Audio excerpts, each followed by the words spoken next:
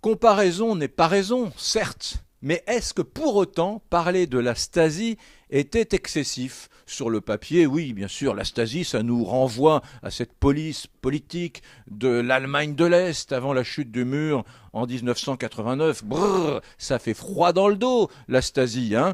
Et pourtant, est-ce que Nicolas Sarkozy a été excessif? J'en suis pas convaincu. D'abord, on dit qu'il injurie les magistrats. Tout le monde est d'accord. Madame Taubira se roule par terre, se bouche le nez.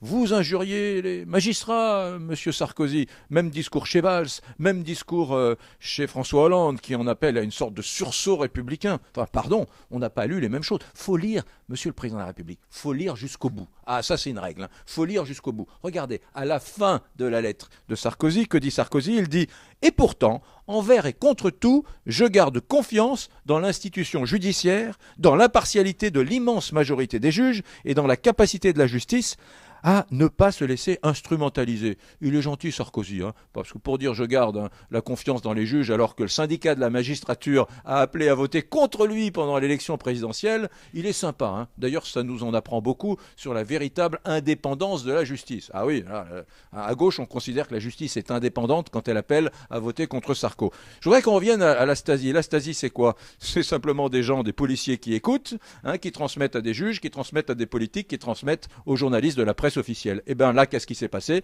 Il s'est passé que 50 policiers ont écouté Sarkozy pendant un an, ils ont transmis à des magistrats, qui ont transmis à des politiques, qui ont transmis à des journalistes de la presse officielle. La presse officielle, c'est celle de M. Plenel, c'est Le Monde, puisqu'on sait que les journalistes du Monde étaient pratiquement tous les jours dans le bureau de François Hollande, dans les jours qui ont précédé eh bien, la communication de cette information par Le Monde. Voilà. Eh bien, très honnêtement, comparaison n'est pas raison, certes, mais quand même, quand on voit le processus des écoutes de Sarkozy, dans la méthode, ça fait penser de très près à ce qui se faisait dans certaines dictatures communistes avant la chute du mur de Berlin. Voilà pourquoi cette comparaison avec la Stasi ne me semble pas exagérée.